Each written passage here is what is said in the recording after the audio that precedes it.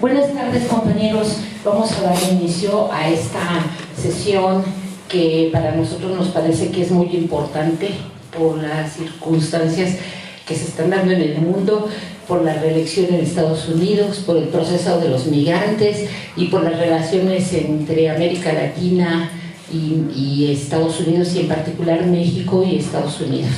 Entonces es una reflexión, es un análisis de coyuntura sobre geopolítica, y quién mejor para nosotros que dos personalidades que han estado involucradas tanto en el acompañamiento como en el teje y maneje de estas políticas y de estas experiencias. Les voy a presentar a la maestra María García, que todos la conocen seguramente. Ha sido una incansable activista que ha luchado durante muchísimo tiempo desde Estados Unidos y aquí en la Ciudad de México por los migrantes. María es la organización binacional Promigrantes Aztlán. Esa es digamos que la sede está en Chicago, y también tiene otra que es la coalición binacional contra Trump, que también toma sus actividades, hace sus actividades tanto aquí en la Ciudad de México como en Estados Unidos. Entonces le damos la bienvenida a María, que como siempre muy amablemente responde a nuestras invitaciones. Por otro lado, tenemos el agrado y el honor de presentarles al maestro Bernardo Méndez Lugo, quien él es ministro del Servicio Exterior mexicano en retiro, pero ha tenido una larga participación en el servicio exterior en los consulados de Montreal, en Atlanta, en Estados Unidos, en diversas ciudades como San Francisco, en Phoenix, en Tucson, en Chicago también. Pero además él es de formación, es internacionalista y ha hecho un posgrado en todo lo que son las relaciones comerciales y administrativas, y estudió en una connotada universidad en Polonia, de las más importantes, que tienen que ver con cuestiones de desarrollo y de planeación. Posteriormente él en el servicio exterior de carrera, de la cual se desempeñó más de 30 años, ¿verdad, maestro? 20 años se desempeñó. 26. Bueno, pues casi son 30 años. Se desempeñó en esas áreas. También estuvo como asesor en la Embajada de El Salvador y fue académico invitado por el gobierno de Nicaragua. Él además fue fundador de la Universidad Autónoma Metropolitana en Xochimilco, nuestra casa materna. Y allá él pues también fue académico y se ha dedicado durante muchos años a la academia, a la investigación. Tiene muchos artículos y varios libros. Entonces, pues qué mejor que tener la oportunidad para poder platicar con él el día de hoy de todas estas relaciones. Pero además él tiene una fundación, es una asociación civil que se llama América Sin Muros. Entonces, no solamente es académico, diplomático, sino que también es activista en favor y por los derechos de los migrantes. Entonces, sin más, les damos la palabra y le vamos a dar la bienvenida al maestro. Gracias.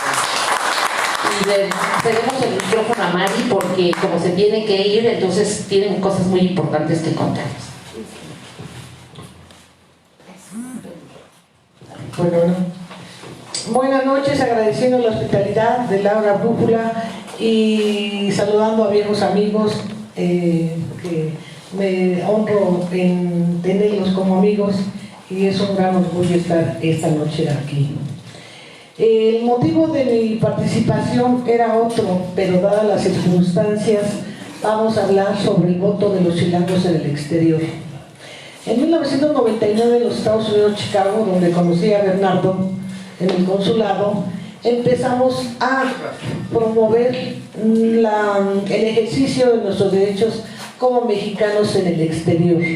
Fue una lucha, un cabildeo de muchos años, que íbamos y veníamos de Estados Unidos a México, a las diferentes legislaturas, para que se nos hiciera el derecho para poder ejercer nuestros derechos constitucionales, valga la redundancia. Fueron muchos años de lucha hasta que finalmente lo logramos. Y de ahí pues ya tenemos el derecho como mexicanos en el exterior para votar y ser votados. Pero ¿qué pasa ahora?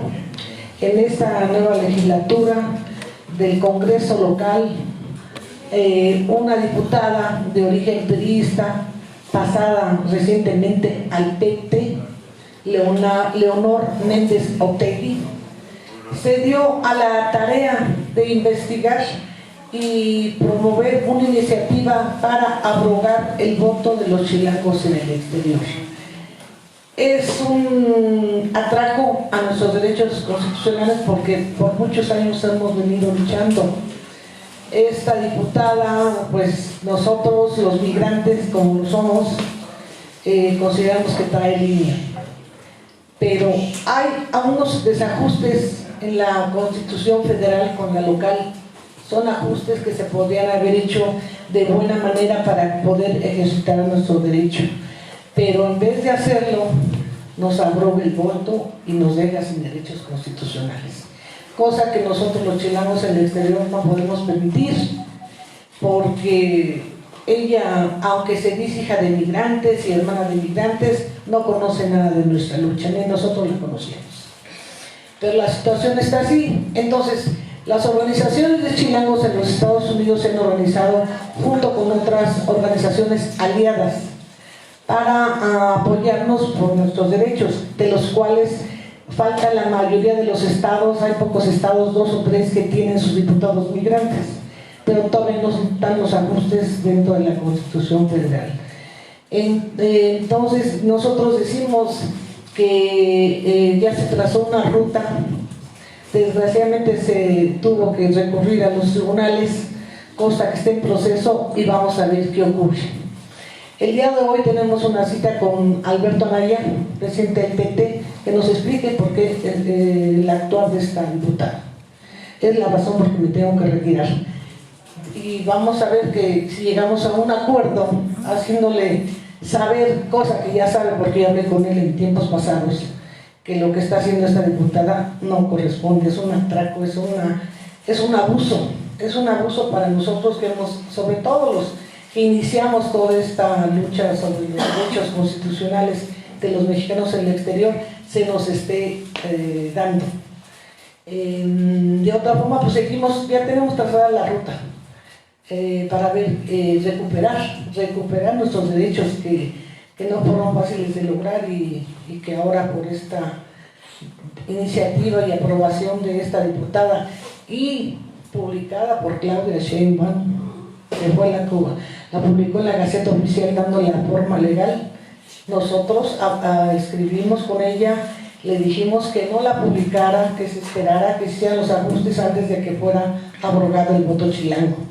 No fue publicada como cualquier otra cosa, sin tener conciencia plena de lo que era eso. Entonces ella también es una de las responsables de este despojo constitucional. Es muy triste que la Ciudad de México, siendo una ciudad de vanguardia, se den estos casos. Pero pues aquí lo que vemos es la falta de interés para nosotros, los chilangos en el exterior, y nuestras familias aquí en México, no en nuestra calidad solamente de mexicanos, sino de contribuyentes, de lo cual nosotros no mencionamos porque es un poco desagradable, pero no nos ven ni como ciudadanos, como familias de migrantes, ni como migrantes, ni como contribuyentes, nos ven como nada. No sé qué adjetivo calificativo ponerle, que por un lado en Palacio Nacional Andrés Manuel dice que somos sus héroes, que la economía no podía fluir, nuestras remesas, etcétera, etcétera. Y en el ayuntamiento nos quitan nuestros derechos constitucionales. Es algo incongruente que no podemos nosotros todavía entender, o no queremos entender. Un desprecio total. Total, o sea, no nos consideran ni como contribuyentes ni como mexicanos, nos consideran como nada, como nada. En el tiempo de Marcelo Ebrard, tuve la fortuna, ya cuando decidí regresar a México, de crear un equipo binacional, del cual le hicimos una propuesta en tiempo de campaña a Marcelo Ebrard sobre el Centro de Atención a Migrantes y Familias aquí en la Ciudad de México, porque no teníamos absolutamente nada. Yo venía a México, quería hacer un trámite, no sabía ni por dónde empezar ni dónde. Bueno, regresando, formé ese grupo binacional, le hicimos la propuesta a Marcelo Ebrard. Marcelo, con su visión, me refirió a Mario Delgado, filtros, mesas de trabajo, y finalmente se dio el Centro de Atención a Migrantes, Familias, dentro del gobierno de la ciudad, cosa que todavía está funcionando, no como lo concebimos, porque siempre hay gente que no comprende nuestra situación de migrantes, es lo que ellos creen y lo que ellos creen que va a funcionar, y no es así. Pero aún ahí ya está funcionando, con algunos altibajos, pero está funcionando ese Centro de Atención a Migrantes y Familias. Mario Delgado dio el visto bueno y ahí estamos. Con Mancera fue un sexenio perdido. Si Marcelo nos dio el Centro de Atención a Migrantes, nosotros pretendíamos otras cosas de Mancera, las cuales no se nos otorgó nada a nadie. Y ahora con Claudia, pues simple y sencillamente no existimos. Y vaya, que nos conocemos de 20 años o más. Y sabe la trayectoria que tenemos como migrantes y la lucha que hemos dado por muchos años. Pero es exactamente lo mismo, somos invisibles, como dice mi querido amigo, no existimos, sencillamente, desconociendo lo que nosotros podemos hacer o lo que hemos hecho con nuestras remesas y con nuestro trabajo. Ahorita, ¿cuántos deportados chilangos hay? ¿Dónde están? Algunos captados por rivales, algunos por otras organizaciones, pero hay una política pública certera que dé el apoyo a esos deportados que fueron en su momento contribuyentes. Y es una lástima, porque esos deportados, después de ser el sostén de la familia, ya son una carga. Llegan a sus familias desarraigados físicamente, desarraigados económicamente, y después de ser, repito, un sostén, son una carga, y a la familia como que ya no es lo mismo. Y eso no es justo para nosotros. Yo tuve la fortuna, Dios gracias, de regresar bien y con trabajo, pero no todos así es. Y repito, no es justo que esto ocurra con todos los mexicanos que nos vimos en la necesidad de emigrar en su tiempo, y que algunos regresamos, algunos no regresaron, y en esas condiciones no hay políticas públicas de apoyo real para todos esos chilangos. Y vaya, repito, México se dice una ciudad de vanguardia, pero ya lo vemos que para nosotros los migrantes no hay nada. Pero nosotros seguiremos en la lucha, y ahora hemos pedido, por ejemplo, vivienda. No queremos que nos la regalen, que nos incluyan de manera recíproca por lo que ingresamos. Nada, de nada, a nadie, como migrantes.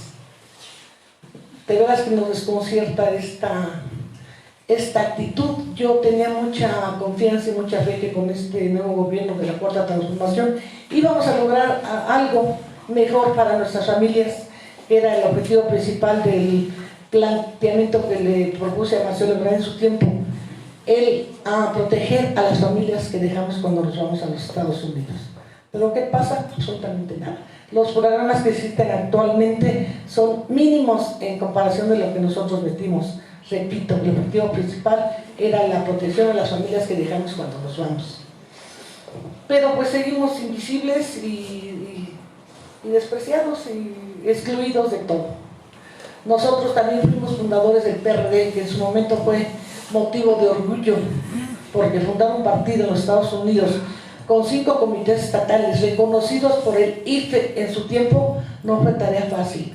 Desgraciadamente se vino de debacle, todos nos salimos del PRD por las condiciones y todo lo que conocemos del PRD y de los chuchos. Excluido de los consejos, excluido de los congresos, sin voz ni voto, también empezaron a esto. Y pues decidimos salirnos con la esperanza de que en esta nueva Cuarta Transformación íbamos a tener otro trato. Pero vemos que no. Pero bueno, ya nos estamos organizando en los Estados Unidos, y de verdad que agradecemos el apoyo de toda la gente que nos da como migrantes, y a las organizaciones aliadas de los Estados Unidos, de otros estados que están con nosotros.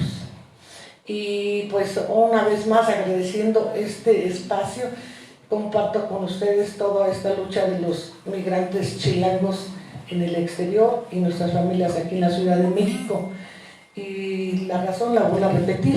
Tengo una cita con Alberto Naya y pues vamos para allá. ¿Tienes tiempo para algún par de preguntas? Sí, claro que sí, claro que sí, claro que sí. ¿Algunas preguntas quieren hacer?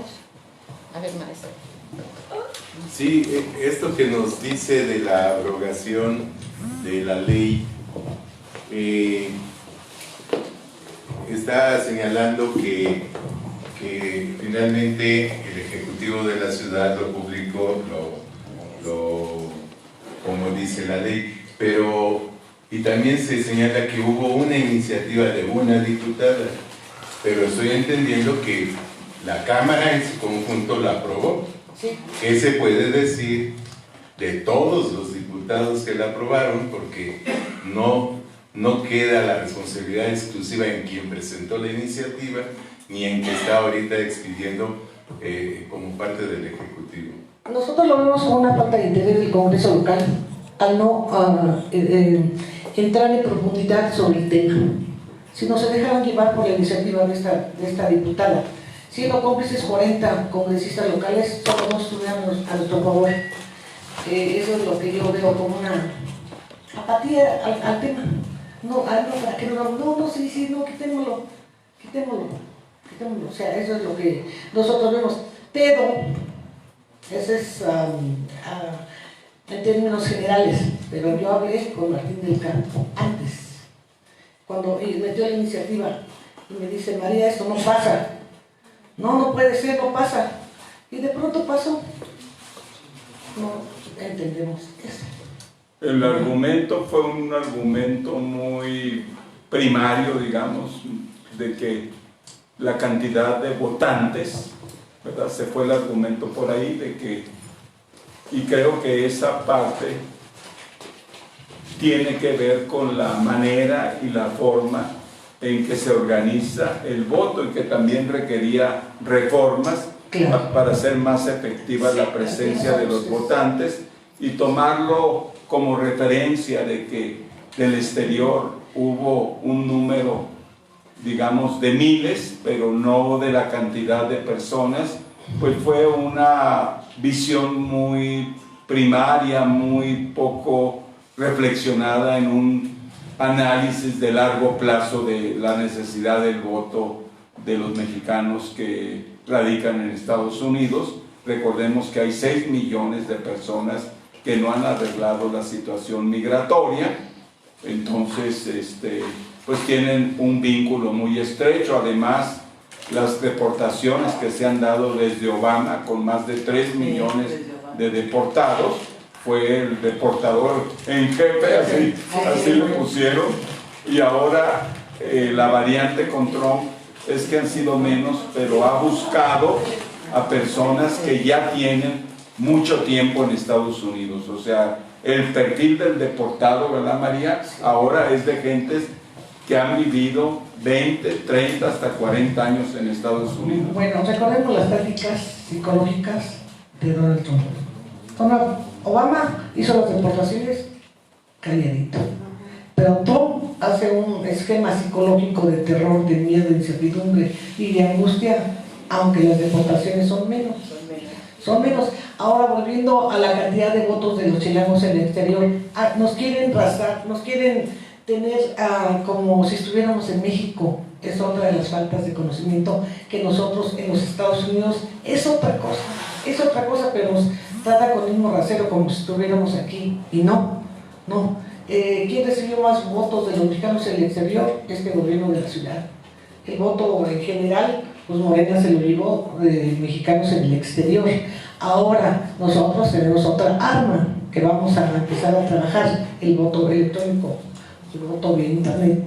Nosotros decimos, bueno, como el PT está solapando estos atracos, pues ya está el hashtag de un voto para el PT. Y así lo vamos a manejar de acuerdo a las circunstancias, porque ya vamos a tener más facilidad de votar, porque aquí se habla, pero para nosotros, yo recuerdo el primer voto que tuvimos, vimos tan increíblemente o sea, la gente no podía estar perdiendo tiempo. Allá los tiempos para nosotros son muy importantes, pero ir a recoger la solicitud, llenarla, entregarla y en su primer tiempo pagar. Luego ir a recogerlas y volverlas a entregar, y finalmente muchos no calificamos, entre ellos yo, y que yo estaba con todo. Muy oneroso y muy complicado el voto postal. En la segunda pues dijimos que no era posible. La tercera pedimos la renuncia de Lorenzo Córdoba por seguir insistiendo en el voto postal, que de nueva cuenta se volvió a dar.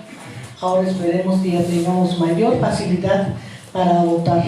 Y pues, las condiciones de nosotros allá en los Estados Unidos, de acuerdo a las prácticas de terror de Donald Trump, pues, dentro de la comunidad, ya no es nuevo para nosotros, pero sí es más frecuente el temor, le digo, en la campaña psicológica electoral de Donald Trump para atemorizar a nuestra comunidad y tener todo bajo control. Es difícil su no reelección. En la mañana estuvimos en El Ángel conmemorando una marcha de hace 3 años pidiendo la no reelección de Donald Trump, pero sabemos que pues tenemos que hacer la lucha, pero es una crónica anunciada el hecho de que si no por un milagro Donald Trump va a seguir de presidente. Eso para nosotros queda claro y es decepcionante por todas las atrocidades que ha cometido y que puede cometer, y no nada más en América Latina, sino en el mundo entero, como lo estamos viendo. Ahorita ya con más intereses, pues ya está más consciente de lo que puede lograr.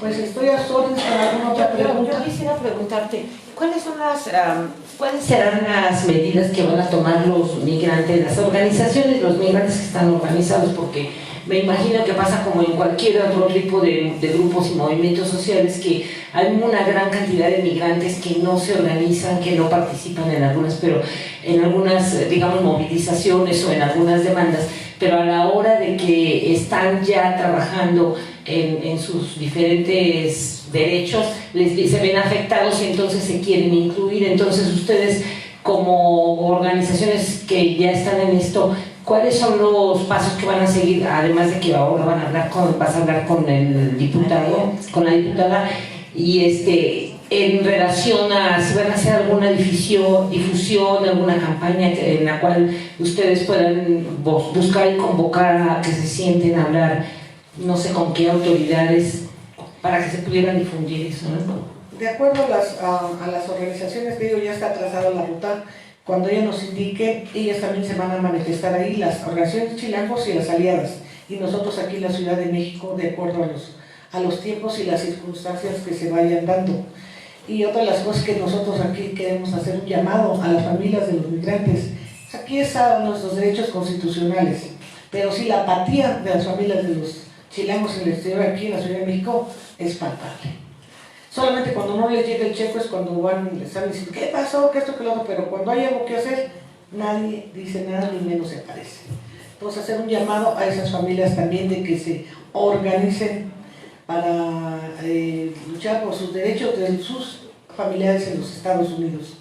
Y desde aquí también hacemos un llamado para que los ciudadanos, los mexicanos en el exterior que tienen su documentación, tienen sus papeles para poder votar en los Estados Unidos, estamos hablando de votaciones de Estados Unidos, que se registren, pero no nada más que se registren, sino que voten, que se registren y voten para las votaciones en los Estados Unidos, y también en porra inversa, que saquen su credencial de elector.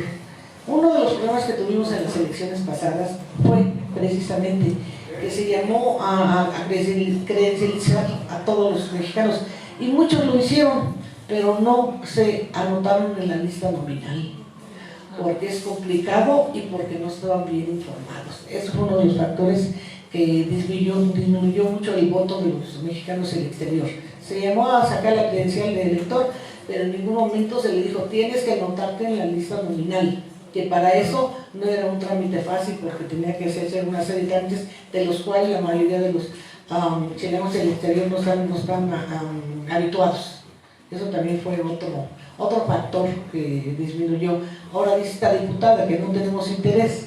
Pues esa diputada en mi vida yo la había visto, no sabía que existiera, pero ella trata siempre de decir, de tener la verdad completa, pero pues eso no existe. Y nosotros les decimos, ya se trazó la ruta de acuerdo a las organizaciones ahí en Estados Unidos, vamos a ver qué procede. Tenemos más tarde la reunión con Alberto Amaya, mañana vamos a tener el Congreso local también, vamos a ver en qué podemos avanzar al respecto. Más vale un mal arreglo que un buen juicio, y los derechos de los mexicanos no se regatean, se pelean, y es una lucha que a mí me recuerda cuando empezamos con el voto, por nuestros derechos. Veníamos y trabas, y veníamos y trabas, y veníamos y trabas, hasta que finalmente lo logramos, y esperemos que aquí podamos recuperar nuestros derechos constitucionales. Y les agradezco mucho y un saludo a todos los queridos compañeros. Sí. ¿Puedo hacer una propuesta concreta y A ver, así como Marcelo Ebrard apoyó en esa ocasión, yo le propongo, maestra, que vean por el cargo que ahora ocupa Marcelo Ebrard y con miras a lo que él mismo trae en su cabeza para el 2024, estos votos le convienen a él. Necesitamos que él los siga apoyando, y también le propongo que vean al diputado Fernández Noroña del PT. Yo creo que es una persona muy consciente y que les va a poder apoyar. Fernández Noroña conoce nuestro problema desde el principio. Pero no hemos tenido una respuesta. A Marcelo lo vamos a buscar, está entre los planes que tenemos ya trazados, el de buscar a Marcelo, a Olga y a Claudia. Perdón, ¿en qué va a ser este cambio que se hizo con Valdovinos, que los cambiaron en el IME?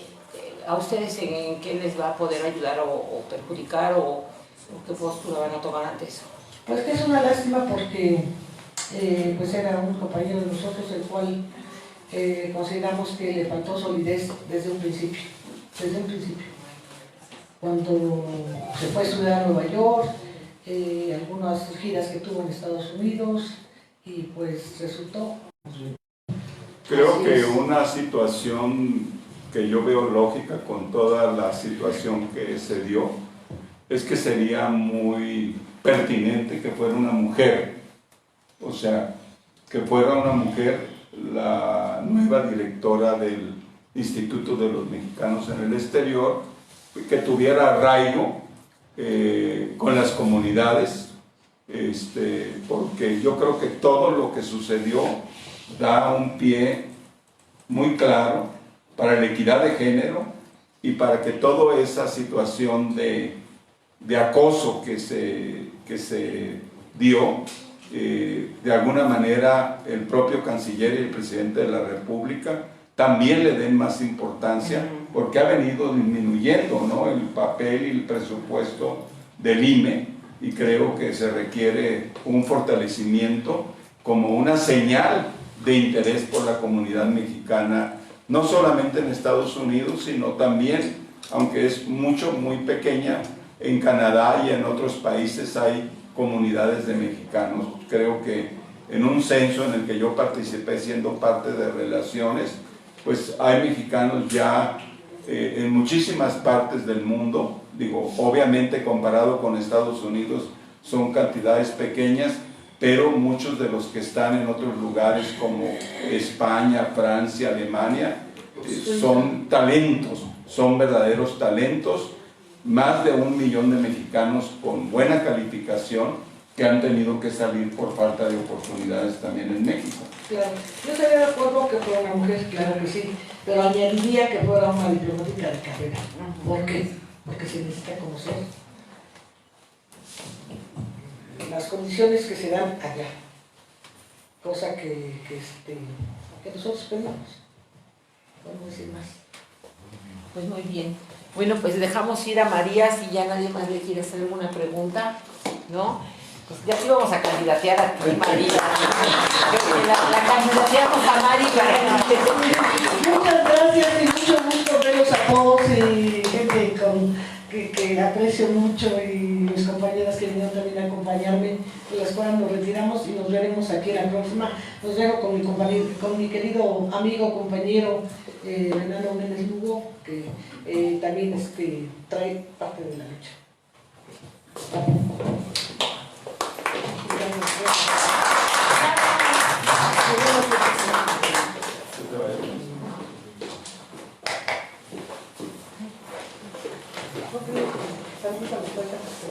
Cuídate, Mary.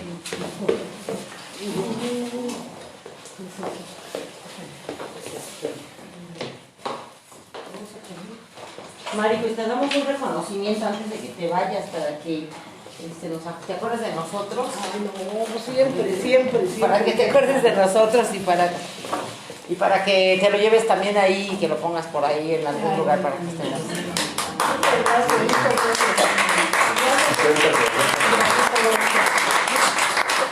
gracias, Te lo pongo en un foro. Ok. Sí. Bueno, pues entonces continuamos con el maestro Bernardo. Sí, muchas gracias.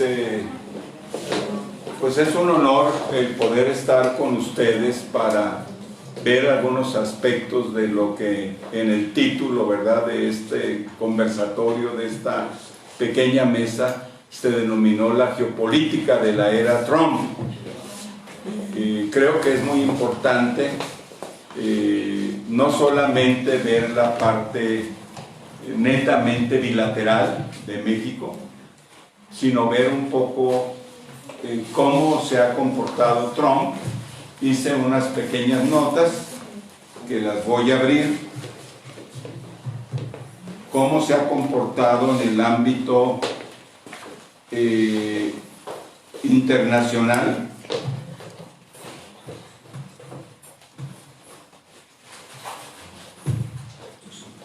O sea, es relevante el balance de los 4 años, ¿verdad?, de políticas antiinmigrantes a nivel regional y a nivel global, porque recuerden que algunas de las políticas, recordarán, también incluyeron a 7 países árabes que en algún momento se les prohibió ingresar a Estados Unidos, inclusive ciudadanos o residentes que hubieran estado en los meses previos en esos países también estuvieron muy fiscalizados, muy investigados. Así que no solamente es la parte bilateral, la parte regional con Centroamérica, sino el contexto internacional. Creo que vale la pena analizar el tipo de política que ha seguido Trump, no solamente con México, sino en un contexto más internacional. En ese sentido, Trump ha buscado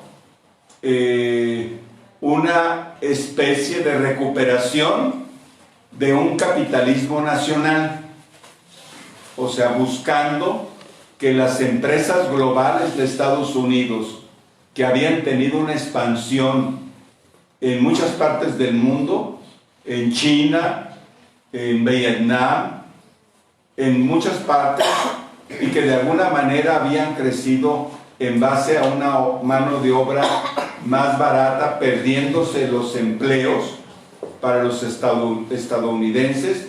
Esto yo creo que también hay que analizarlo, aunque creo yo que la idea de recuperar un capitalismo nacional en una era global resulta muy difícil y un poquito, podríamos decir, antihistórico, de querer hacer recular la globalización de las empresas de Estados Unidos.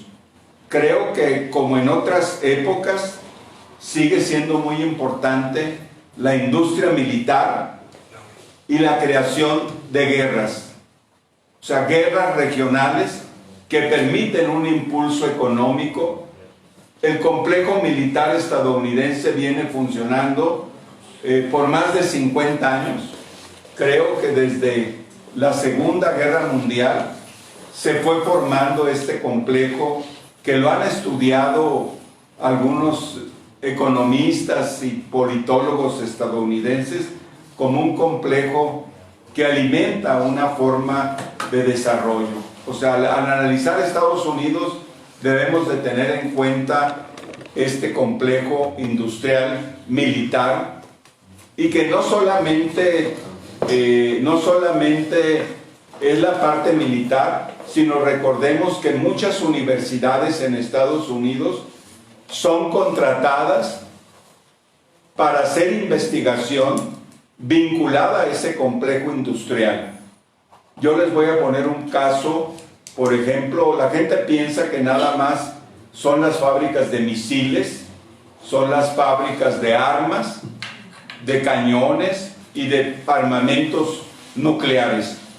Hay muchas universidades que hacen investigación de vanguardia para guerra bacteriológica y química. Es decir, tenemos la idea de que hay un investigador en universidades, en muchas de estas universidades de gran prestigio, como Harvard, como el MIT, y que producen investigadores, pero muchas veces el tipo de investigación está vinculada al desarrollo de armas, no solamente en el ámbito nuclear, sino, como digo, químicas y bacteriológicas. Ustedes recordarán el uso del napalm en Vietnam, que ese destruía todo tejido humano o vegetal, y que fue producido pues en muchas de estas centros de investigación. Una característica también que yo creo que hay que tener en cuenta en el desempeño y desarrollo de estos 4 años es que ha destruido los vínculos multilaterales de Estados Unidos. O sea, un desprecio muy grande por la Organización de las Naciones Unidas. O sea, yo entiendo de que no es perfecta la Organización de las Naciones Unidas, pero ha sido una organización como un factor para un desarrollo de acuerdo con cada institución.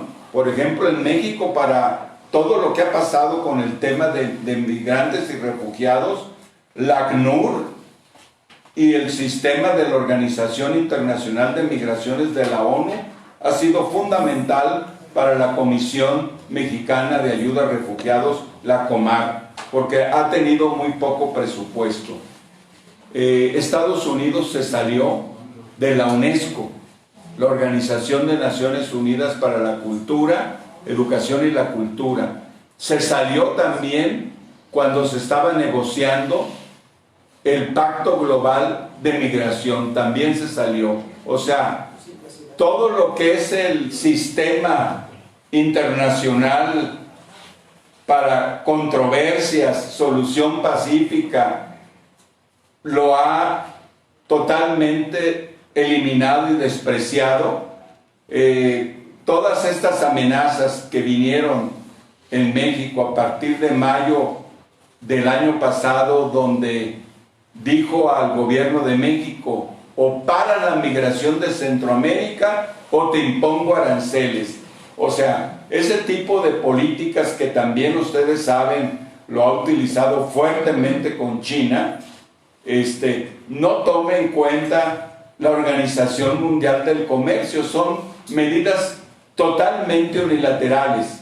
En este contexto, para hablar del tema de migración, por ejemplo, ahorita hay más de 56,000 personas, en su mayoría de Honduras, El Salvador y Guatemala, hay de Nicaragua y de otros países, que están esperando en México la solución de su solicitud para el asilo. Unilateralmente decidió el gobierno de Estados Unidos, obviamente una decisión del presidente, de regresar a estas personas a esperar en México. Ahora, aquí hay una situación muy complicada, porque una buena parte de estas personas están esperando en la región fronteriza, en Tijuana, en Mexicali, en Nogales, en Ciudad Juárez, Nuevo Laredo, Matamoros, y no hay necesariamente las condiciones para esa larga espera, que puede ser de 5 a 6 meses, con un agravante los datos recientes de cuántas personas le otorga el asilo a Estados Unidos no llega ni al 1%. ¿Qué quiere decir? Que de esas, de más de 56,000 personas, la inmensa mayoría van a ser rechazados.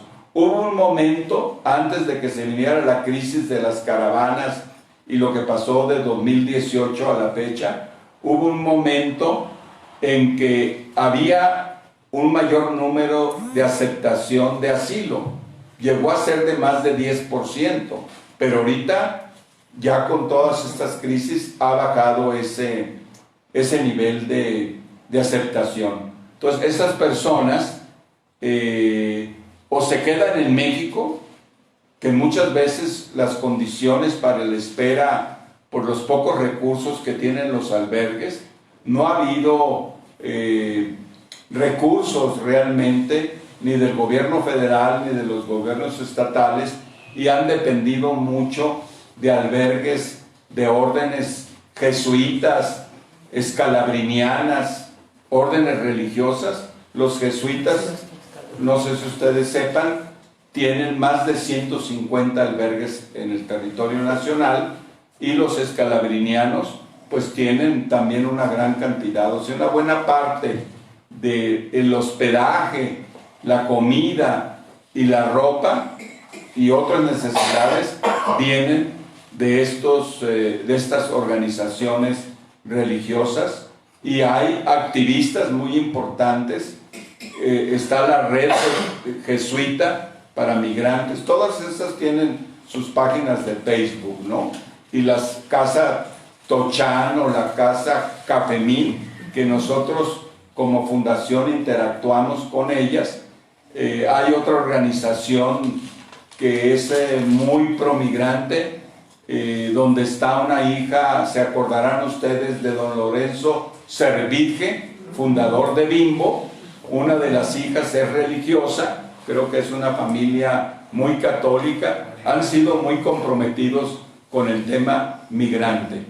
Entonces, estas personas tampoco fácilmente pueden regresar a sus países de origen.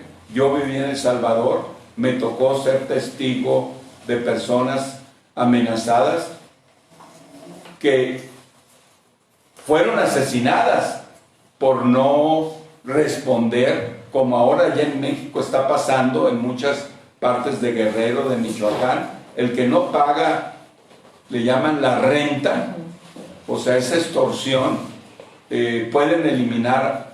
Hace un mes, en un lugar donde había como videojuegos, el dueño de ese lugar no pagó, y a los que estaban adentro ahí, que había unos jovencitos, o sea, atacaron y ahí mataron a los que estaban en el local, que pues no tenían nada que ver, pero de todas maneras digamos, el dueño, por el hecho de no pagar esas sumas. Recuerden que hay muchas partes del territorio nacional que pues es una gran influencia que tienen diferentes grupos de delincuentes vinculados al narcotráfico, y pues ya se ha vuelto también una parte importante de sus ingresos lo que es la trata de personas, secuestro y extorsiones. Es decir, no solamente la droga, sino también actividades delictivas relacionadas de alguna manera en parte con migrantes, pero también con el secuestro, que es parte de la actividad de pues de estos grupos criminales. Hasta ahora y en el año 2019, el cierre, digamos, del año 2019 es muy poco alentador, porque ha seguido creciendo el número de víctimas relacionadas con violencia, y violencia que viene de los grupos delictivos. Creo yo que muy conservadoramente una buena parte del territorio de Tamaulipas está tomado por estos grupos. Una buena parte del territorio de Guerrero, de Michoacán, está tomado por estos grupos. Guanajuato, si ustedes revisan las noticias de los últimos meses, está tomado también no era un estado que fuera clásicamente de operación de estos grupos. Es decir, cuando ya llegamos a todo el territorio nacional, nos damos cuenta de que hay muy probablemente más del 50% del territorio y muy probablemente más de la mitad de los estados donde los gobiernos tienen que compartir parte de la, digamos, la gobernabilidad. No es viable si no hacen acuerdos con estos grupos delictivos.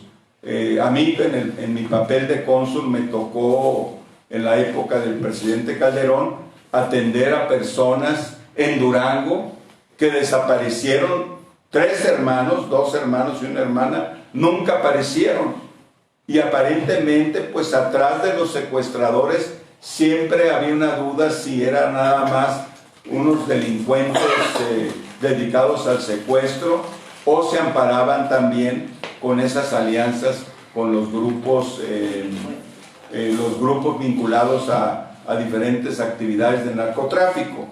Yo no hablo, ¿cómo decirles?, de manera teórica, porque yo nací en Culiacán. O sea, desde muy chico escuché y supe de todos estos grupos. Si ustedes revisan los nombres de las cabezas, además del señor Guzmán, ¿verdad? El señor Félix Gallardo, el Güero Palma, es decir, todos, el Señor de los Cielos, o sea, todos, una buena parte de los diferentes carteles, las cabezas son nacidas, no en Culiacán. Unos sí en Culiacán, como los Arellano Félix, recordarán los hermanos Arellano Félix, y otros en una población cercana a Culiacán que es Nabolato, de ahí el Señor de los Cielos, pero una buena parte vienen de la sierra, de Badiraguato, ¿verdad? Una buena parte de Badiraguato, de donde viene el señor Guzmán, el Calo Quintero, hay una buena parte que vienen de ahí. Entonces menciono esto viendo el escenario hacia los próximos 4 años de Trump. El día de ayer hubo una reunión del canciller y del señor Durazo con personas del gobierno de Estados Unidos, es decir, los escenarios que tenemos para los próximos 4 años en caso de que obtenga la reelección, porque cuando hablaba del capitalismo que está tratando de recuperar Trump, ha logrado él hacer crecer la planta del empleo, o sea, amenazando a las empresas. Recuerden que a muchas empresas estadounidenses las amenazó de que tenían que regresar a abrir plantas en Estados Unidos. Alguna gente minimiza esta situación, que en los últimos 40 años esta es la época que ha habido mayor empleo. Trato de ser objetivo, o sea, ha logrado atraer a las empresas que se habían ido, amenazándolas y también aplicando medidas contra China, que era el país donde se habían ido una buena parte de esos empleos. Mucha gente me dice, es que los empleos no son de mucha calidad. O sea, el pleno empleo que tiene ahorita prácticamente Trump son empleos, así me dicen, tipo McDonald's, que pues son salarios no muy altos, o sea, salario mínimo o 2 salarios mínimos o 3, pero de alguna manera la gente está en una situación de empleo.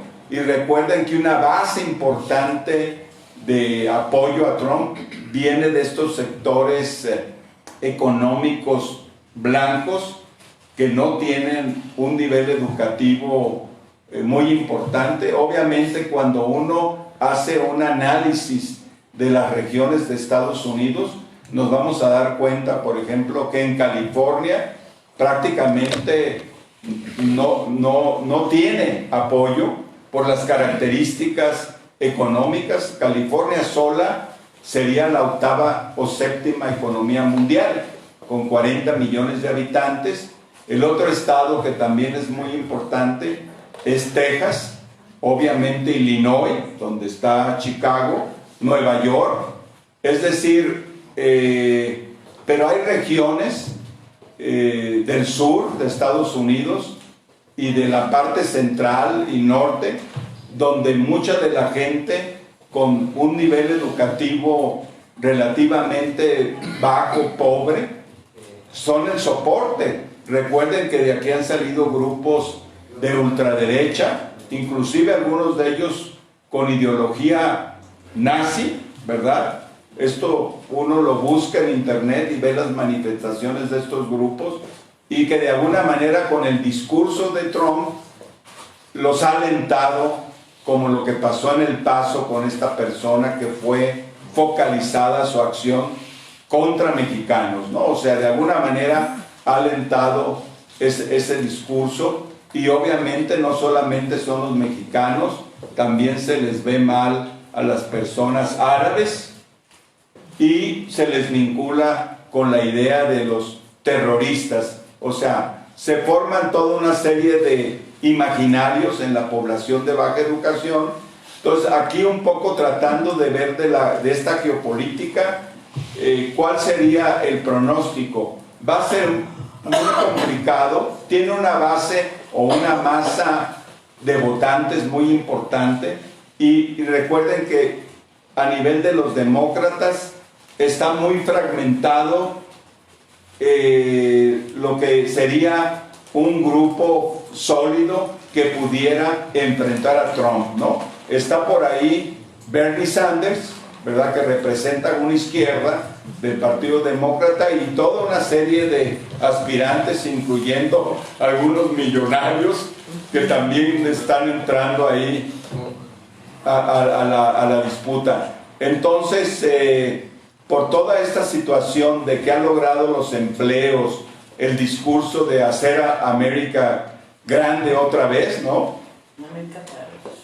Todo eso, y una actitud, ¿cómo llamarla?, muy nacionalista, de recuperar una cierta presencia internacional. O sea, para él, Estados Unidos en la era de Obama, incluyendo el propio republicano Bush, fue cediendo, ¿no?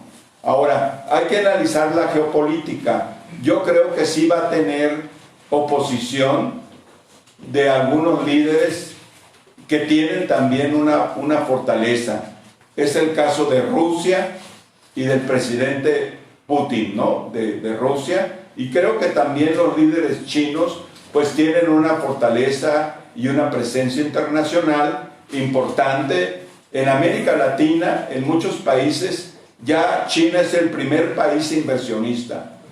En África, ya también China es el primer país inversionista. No estoy defendiendo a China, porque muchas de las prácticas de las empresas chinas no se diferencian mucho desde el punto de vista de expansión y de control de recursos naturales de las empresas clásicas del capitalismo británico en su momento, o el imperialismo francés. Recordemos que también tuvo su presencia en África, en Vietnam, antes de Estados Unidos.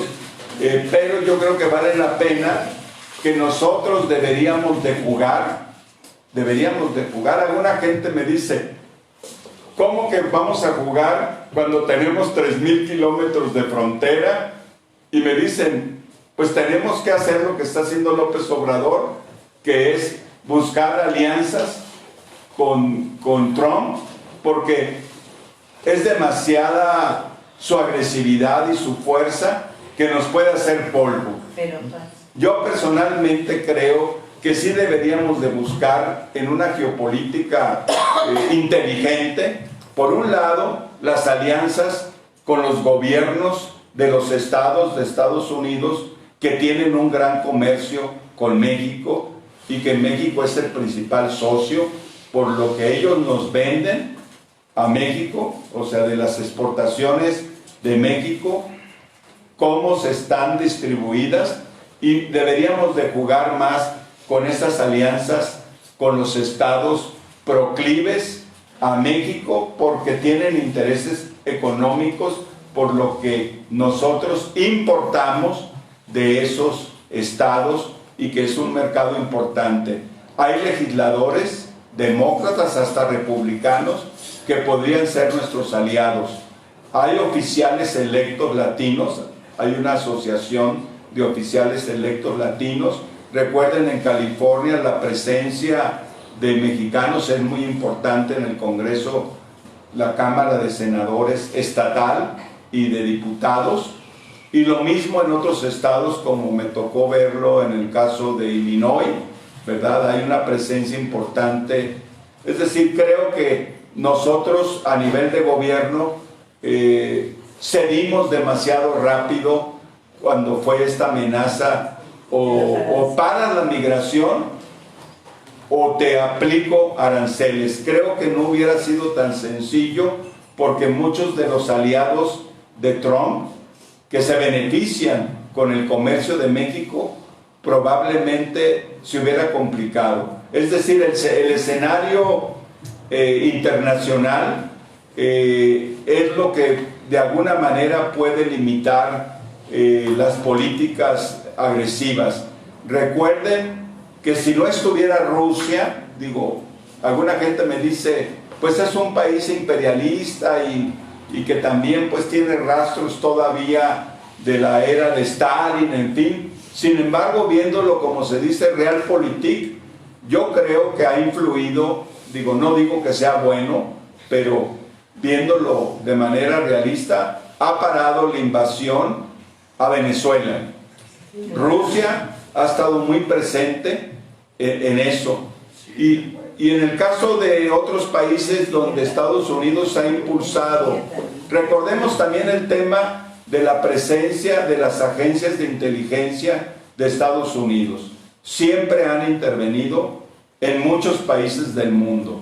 A mí me impresionó, siendo estudiante yo todavía, un libro del príncipe Norodom-Sihanouk, estaba yo todavía estudiando, que se llama el libro, por ahí debe andar, es de 1972, por ahí, Mi guerra contra la CIA. Entonces, él ahí narra cómo la CIA prácticamente por oponerse a Estados Unidos, lo eliminaron, o sea, lo sacaron, le dieron un golpe. Y es un país pues lejano a América Latina, pero pues yo creo que Chile, ¿verdad?, y Guatemala y muchos otros países han tenido esta experiencia de los golpes. Guatemala, que nosotros como mexicanos no lo hemos estudiado lo suficiente, deberíamos de estudiarlo más. Tuvo una guerra sucia donde mataron más de 200,000 personas en un lapso, indígenas en su mayor parte, ¿no? Es decir, yo creo que existe el riesgo, digamos, si no hay contrapesos a nivel de los países en el mundo. Otro país que hay que analizar y que está también creciendo igual que China es la India. Digo, tiene ya casi la misma población que China, porque China ya aplicó una política de control natal y la India no la ha aplicado. Creo que ya la India debe andar casi en 1.500 millones y China se quedó con menos crecimiento. Aquí en México, una empresa simbólica que es la más grande del mundo es Mittal, dueños de la siderúrgica Lázaro Cárdenas Las Truchas y de minas. Esa es una corporación de origen indio aquí en México. En fin, yo creo que los contrapesos van a estar relacionados con un uso inteligente de esas alianzas. Puede ser que algunos aliados tampoco sean confiables, pero si nos ayudan a hacer contrapeso, no solamente Unión Europea, Japón, Indonesia es un país también que va ido creciendo. Yo como diplomático me doy cuenta que, por ejemplo, no tenemos embajada en Pakistán, en Bangladesh tampoco, hay países, en Indonesia sí, creo yo que México debería jugar más en vamos a decir, en un tablero de ajedrez donde pudiéramos hacer alianzas en América Latina también, y pues muchas veces estamos compitiendo, por ejemplo, con Brasil. Cuando estuve yo en San Francisco, recuerdo que había como una disputa entre México y Brasil. Yo no era el cónsul general y a veces me reunía con el cónsul general de Brasil, que había sido vocero del presidente Fernando Henrique Cardoso. O sea, muy interesante, pero por esas disputas que les llamo yo de subimperialismo de Brasil y México, pues a veces no ha habido un entendimiento adecuado para unir fuerzas, y ahora con Bolsonaro pues resulta muy complicado. Lo mismo con Argentina, y creo yo que en Centroamérica se ha venido aplicando un plan de cooperación para el desarrollo con la idea del presidente López Obrador de disminuir la migración de Honduras, El Salvador y Nicaragua. Sin embargo, aquí lo interesante y pues triste es que Trump, en lugar de unirse al plan de México, hizo un llamado a México, en la Unión Europea, Japón, Corea, pues estuvieron de acuerdo con cooperar, y Trump, en lugar de cooperar, sacó su propio plan. Centroamérica Crece se llama el plan de Trump. También él, como para tener una influencia más directa sobre los países, particularmente los que tienen más gente emigrando a Estados Unidos.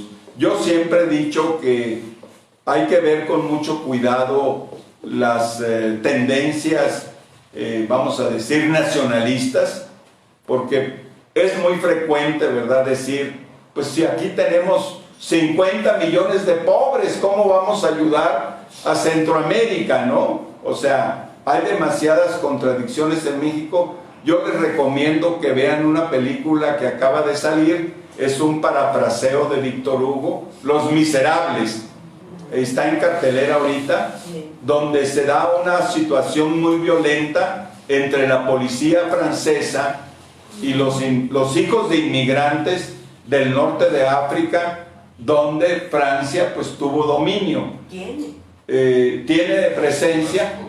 Entonces yo he dicho, la presencia de los inmigrantes de Guatemala, de Honduras, es como un efecto boomerang de unas políticas coloniales que han aplicado Estados Unidos, y de repente nosotros, yo ahí me di cuenta también de que estuve en El Salvador, como México pues está ahí con Maseca, está Bimbo, está Cinépolis, está Ópticas Devlin, es decir, hay unas Jumex, hay unas 15 empresas mexicanas. Banco Azteca tiene cerca de 200 sucursales en El Salvador, y además tienen inversión en la televisión. O sea, México se convierte en un pequeño, no sé si pequeño país, subimperial, y yo he hecho llamados para que también las empresas mexicanas que tienen, Carlos Slim también tiene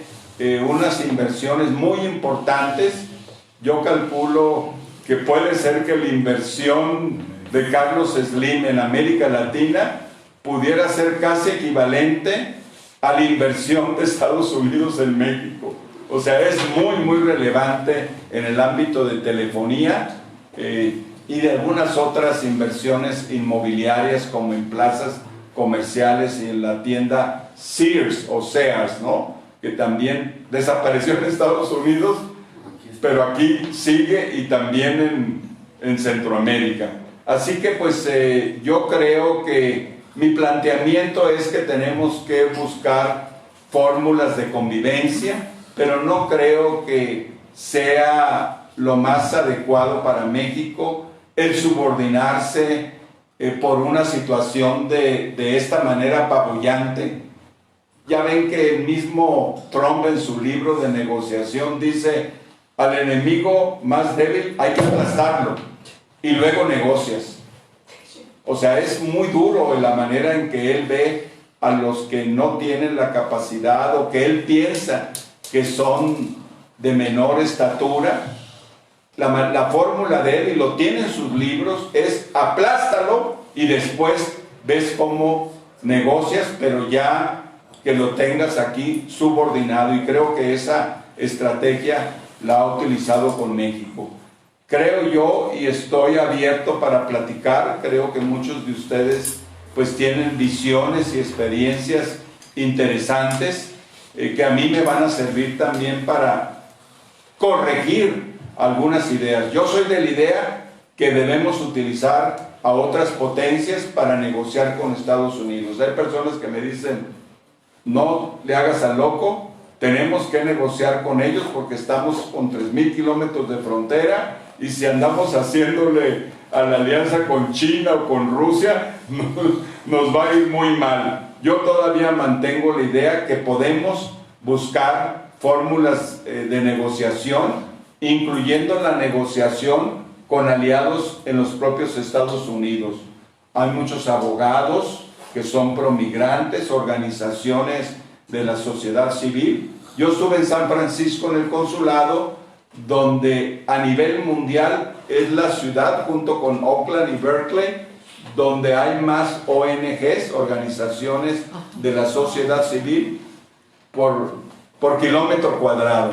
Son cerca de 1,300 ONGs entre San Francisco, Oakland y Berkeley, ahí en el área de la bahía. Ahí estuve yo y pues interactué con muchos de estos líderes, que muchos de ellos pues están a favor de los migrantes, están a favor de los derechos humanos, están a favor de los derechos ambientales, que no vengan las mineras de Canadá y Estados Unidos a contaminar a los países pequeños, porque eso ha venido pasando, y creo que hemos desaprovechado las alianzas con organizaciones en los países como Canadá, Estados Unidos, y debemos de buscar con los interlocutores, gobernadores, legisladores, ONGs, académicos también, que están en contra de la investigación que hace una investigación para la guerra. Desafortunadamente yo recuerdo haber hablado con algún investigador que estaba en un proyecto para temas bélicos y me dice, es que pues yo no me voy a poner a cuestionar para qué se usa mi investigación. Si a mí me pagan en la universidad y me dan fondos, yo voy a investigar y no voy a cuestionar el tipo de investigación que hago. A mí me pareció me conmovió pues de que el investigador dijera, a mí me dan fondos, yo vivo muy bien, y si se va a utilizar mi investigación como biólogo para matar gente en otro país, pues estoy con la idea de que es por el bien de Estados Unidos, ¿no? O sea, de una manera muy simplista, pero hay gente que así ve las cosas. Entonces sí me gustaría escuchar sus opiniones, críticas, porque pues yo creo que siempre hay una amplia diversidad en la manera de enfocar los problemas. Estoy viendo yo que muy probablemente si se reelija, hay que estar atentos de qué manera los demócratas van a quién va a ser el candidato, y también cómo, recuerden que del impeachment o esta demanda judicial, finalmente pues salió, yo creo que con un poco más de apoyo, ¿verdad?, de sus seguidores. Muchas gracias, maestra Nava, por la invitación, y pues estoy atento a las críticas, pedradas y comentarios. Gracias. Maestro, ¿te parece bien que hagamos unas 4 preguntas para que tú puedas en un momento, te parece que las anotes? Usted comentó que es como que pasa algo en el tablero de ajedrez mundial. Usted lo comentó. Bueno, desafortunadamente en ese tablero pues no está jugando México un papel relevante. Desafortunadamente usted está anunciando que debería, usted está proponiendo Pero aquí hay dos fenómenos que son muy importantes y que me gustaría su opinión al respecto. La Comunidad Europea sí juega en el tablero mundial, porque ahí está Alemania y ahí está Francia, y en cuanto a Medio Oriente hay un problema muy delicado que están provocando los israelíes en Palestina. Entonces lo de Medio Oriente es delicado porque ya hubo un problema muy grave de ataque a un líder iraní. Entonces la pregunta es en ese tablero, ¿qué es lo que va a pasar? Porque no ha habido una respuesta todavía de Irán hacia la provocación de Trump. Entonces hay una gran complejidad, por lo que le acabo de decir, y usted no mencionó nada de Europa y no mencionó nada de Medio Oriente, pero también están jugando en el tablero. Con su respuesta, gracias. Muchas gracias. Por favor.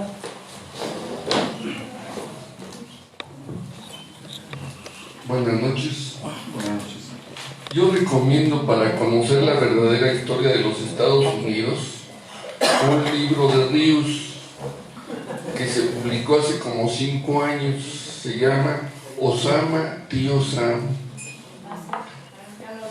Las principales universidades norteamericanas, como usted mencionó, Harvard y eso, los principales accionistas son Morgan y Rockefeller, y así están las principales 20 universidades norteamericanas.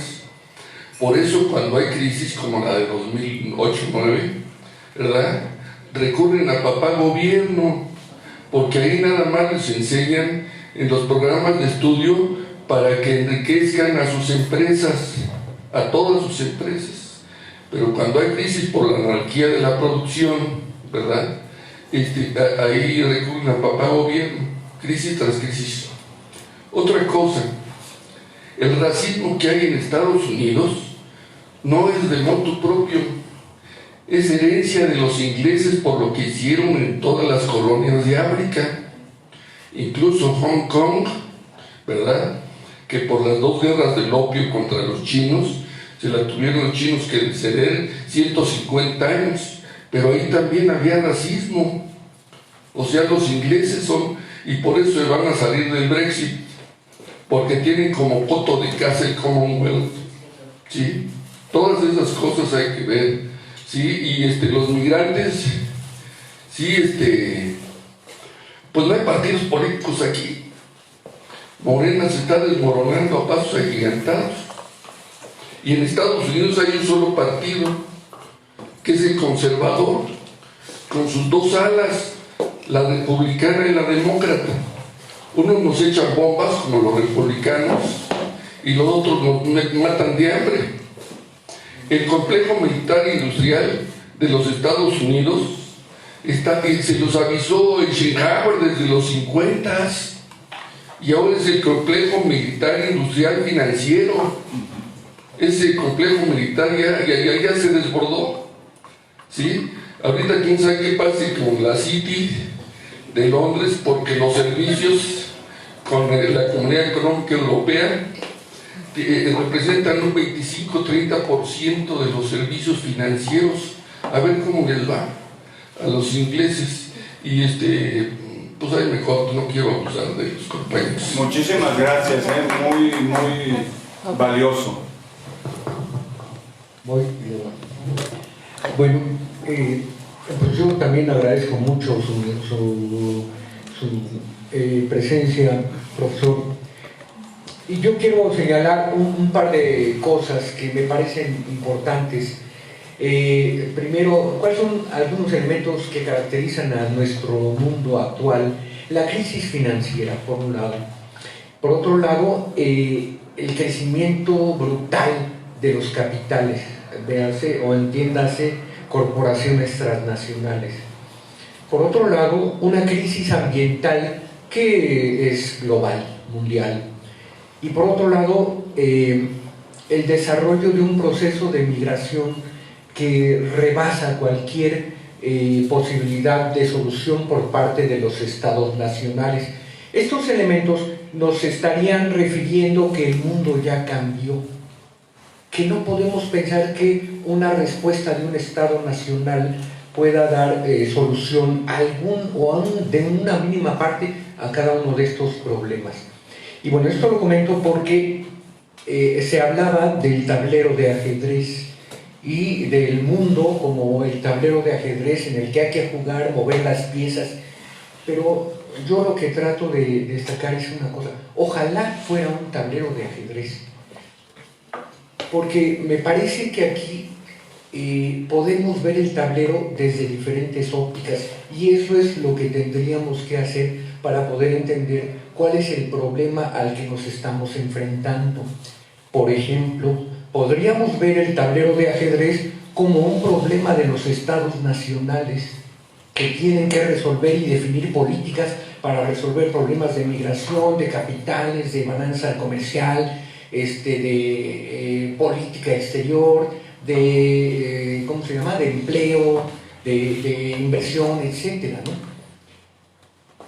Pero el verlo desde el punto de vista de un Estado nacional no resuelve todos los problemas, ¿no? Es decir, por ejemplo, en el caso de México tenemos unas caravanas migratorias que rebasan las posibilidades de una política migratoria del país. Tenemos una amenaza exterior con aranceles que rebasa cualquier capacidad de decisión del Estado nacional. Tenemos la amenaza permanente de, si no defines una política que me convenga, yo saco mis capitales, ¿no? En fin, entonces la idea del Estado nacional no nos aporta mucho, es decir, no nos resuelve el problema. Podemos ver algunas cosas, pero no resuelve el problema. Otra mirada que podemos tener es el desarrollo del capital. Lo comentaba el profesor, el caso de Carlos Slim, de TV Azteca, claro, son capitales. Los capitales ya rebasaron las capacidades de regulación que tiene un Estado nacional. Entonces, ¿de qué estamos hablando? Y aquí un señalamiento que hacíamos en alguna otra plática: bueno, ¿estamos hablando de que existe una democracia o estamos hablando de que se está configurando una sociedad de una manera, pues yo diría, autoritaria, ¿no? Y yo señalaría un último punto nada más para ver el tablero de ajedrez, que es, bueno, ¿qué es lo que realmente se están confrontando? Estamos hablando de un momento en el que hay una crisis civilizatoria. Entonces, pareciera que lo que se está o tendríamos que confrontar, pues son los valores, la ética, la política, la idea de comunidad, de colectividad, porque pareciera que lo que se está confrontando es una postura que apela a la colectividad y una postura que apela al poder, sea bélico, económico, mediático.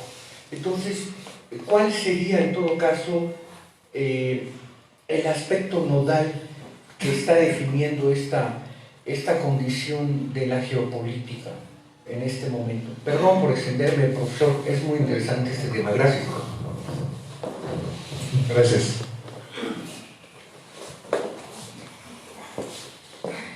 Yo digo que cualquier país que pretenda mantener un grado de independencia con relación a las grandes potencias, además de una política diplomática inteligente y de una búsqueda de aliados en el escenario internacional, además de eso debería estar promoviendo un gran movimiento popular antiimperialista. Y eso no existe en este país, ni se está promoviendo y no es una preocupación del gobierno, ni de los partidos políticos. Ese es el gran faltante en este escenario, en este país. Uno de los argumentos que se utilizan mucho por parte de algunos políticos para justificar esa pleitesía o ese rendimiento sin luchar ante los Estados Unidos es la dependencia energética. nos dicen que tenemos reservas de gasolina para una semana y que prácticamente toda la importación de gasolina viene de los Estados Unidos, y que si en un momento dado este gobierno empieza a coquetear con los rusos o con los chinos o con la Unión Europea, pues para el gobierno norteamericano le resultaría muy fácil cerrar las válvulas de la gasolina y postrarnos. Y eso es el elemento que utilizan para decir, no podemos hacer nada, tenemos que estar supeditados a lo que digan los Estados Unidos, para bien o para mal. Y ese posible coqueteo o esa posible alianza con entidades de Asia o de Europa, pues mejor nos lo reservamos para otra ocasión, ¿no? Pero insisto, yo creo que el tema aquí fundamental es la falta de un movimiento popular antiimperialista, que sería el que nos podría dar posibilidades de hacer muchas cosas. No es lo mismo un gobierno aislado, que aunque dice recurrir al pueblo y estar con el pueblo, en los hechos no tiene un pueblo movilizado y organizado, a un Estado que no cuenta con ese apoyo, ¿no?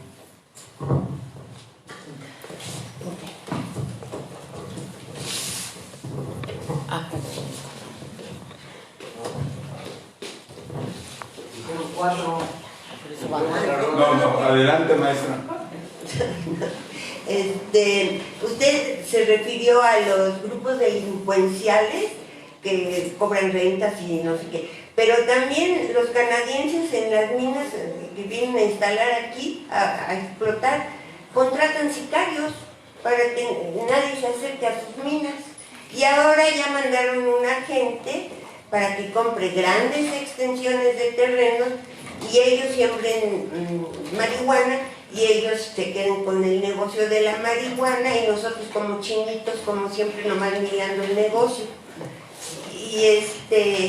Y del movimiento antiimperialista, pues tendría que ser mundial, ¿no? Ya hicieron un congreso la semana pasada en Venezuela. Ajá. Pues sería bueno que fuera mundial con las redes sociales. Sí.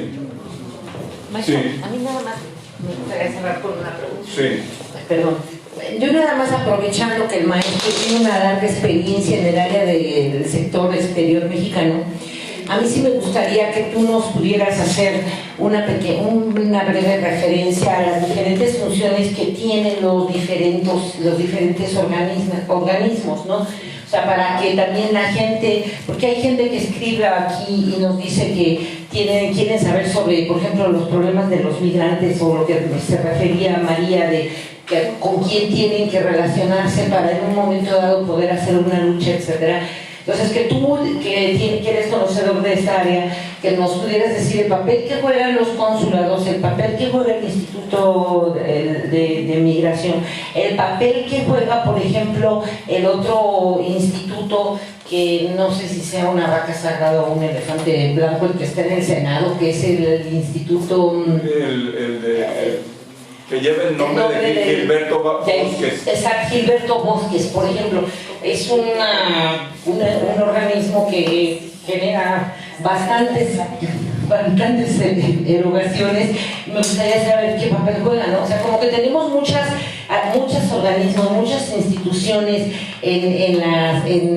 referentes a esta área, y como que no hay mucho que se hace por parte de quienes laboran ahí, ¿no? O qué hacen, a lo mejor es nuestro desconocimiento. No, por eso, ¿no? El Consejo de Seguridad, por ejemplo.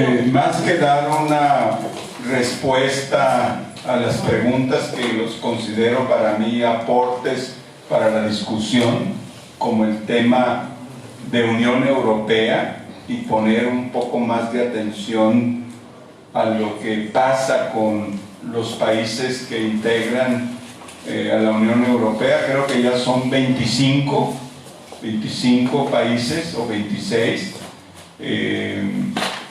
Un poco la idea es reflexionar conjuntamente sobre varios conceptos que aquí se tomaron, sin el afán de dar una respuesta. Un elemento fundamental que se manejó es la crisis civilizatoria. Ese es un elemento muy importante que tiene que ver con un modelo de crecimiento y desarrollo en el mundo que cada vez está mostrando de alguna manera un agotamiento, porque este modelo pues nos está llevando a una crisis ambiental, de cambio climático y situaciones ambientales adversas. Esto implicaría también de alguna manera repensar este modelo energético. O sea, la crisis civilizatoria tiene que ver con una crisis también del modelo energético y tendríamos que repensar el tema del uso del petróleo y derivados y de qué manera un paradigma de desarrollo tendría que cambiar la matriz energética y pensar mucho en energías renovables, en energía solar, en eólica, maremotriz, etc. No tengo yo un conocimiento ingenieril para ver la viabilidad de cómo sustituir un modelo energético basado en fósiles a un modelo energético de energías renovables limpias. Creo que por ahí hay una idea que tenemos que repensar, el modelo de desarrollo, el modelo de acumulación, y que obviamente las estructuras, se habló también del capital transnacional, el capital transnacional que tiene un peso económico y político muy importante y que muchas veces los estados nacionales funcionan como apéndice de los intereses de estos grandes capitales, no solamente de Estados Unidos. Yo creo que hay que meter ya en esta matriz a los capitales chinos y de otros países, la Unión Europea, Japón, que tienen una gran importancia. Es decir, la idea de Estado Nacional cada vez se ve más limitada para atender muchas necesidades que van más allá de mantener las fronteras, que ya resulta muy difícil ¿cómo llamarlo?, una política nacional cuando son fenómenos globales y donde lo ideal sería participar en uniones de países. Estuve yo analizando por un tiempo toda esta idea del bloque norteamericano con Estados Unidos y Canadá. Aquí el problema que yo analicé, cuando se hablaba del perímetro de seguridad de América del Norte, acuérdense que había este proyecto conocido como ASPAN, ¿verdad? Que era la Alianza para la Seguridad y Prosperidad de América del Norte, pero realmente esta propuesta de bloque como una manera de fortalecer políticas de Norteamérica como un bloque, pues México estaba muy subordinado a las prioridades de seguridad nacional de Estados Unidos, y creo que ahorita seguimos en esa misma dinámica donde no hay una negociación adecuada para que la visión de seguridad desde México o la visión de seguridad humana prevalezca sobre la idea del control de fronteras, donde Estados Unidos destaca mucho por la lucha contra el terrorismo, ¿no? O sea, está muy presente en su control, no solamente, no creo que a partir del 11 de septiembre del 2001, pues ha estado esa visión que en un trabajo hecho por la actual cónsul general de México en Los Ángeles, Marcela Celorio, donde estudia el tema de este, esquema de seguridad de Norteamérica, entrevistando a algunos ex cancilleres como Bernardo Sepúlveda. Recuerdo en particular a Bernardo Sepúlveda Amor. Mostró él muchas dudas.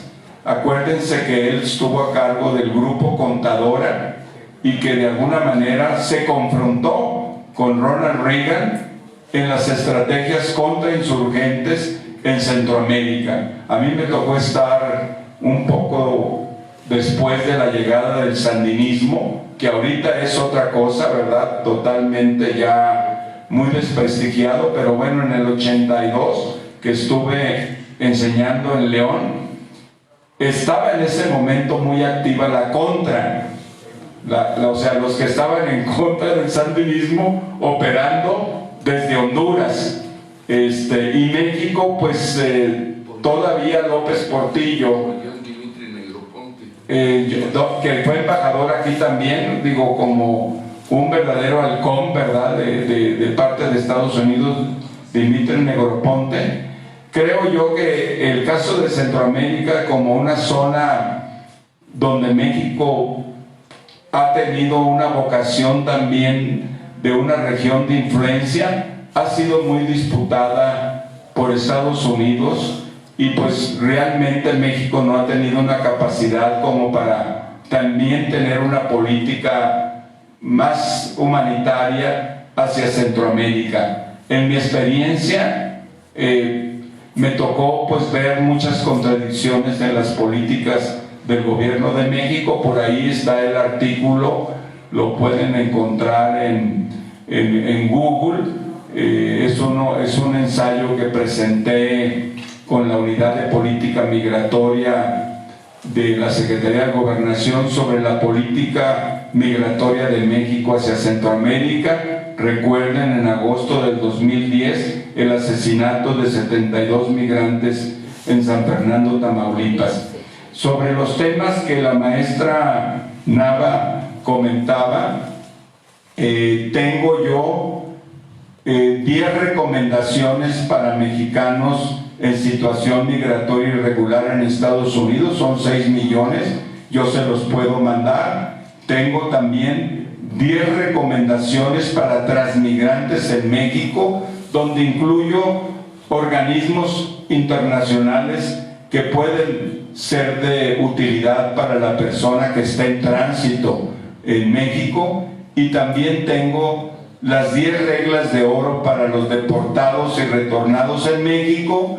En algún momento, por el hecho de haber estado en Estados Unidos, hice las 10 reglas de oro para el pequeño empresario mexicano en Estados Unidos, y me vi en la obligación también de hacer las 10 reglas de oro para el turista mexicano en Estados Unidos, porque recuerden que muchas personas se les hace muy fácil irse como turistas y empezar a trabajar, o inclusive quedarse. De hecho, de muchos países del mundo hay gente que va como turista y se queda. Y decía una antigua jefa de migración, Doris Meissner, ponemos demasiados recursos en la frontera con México, cuando más de la mitad de los indocumentados llegaron por avión y llegaron con visa.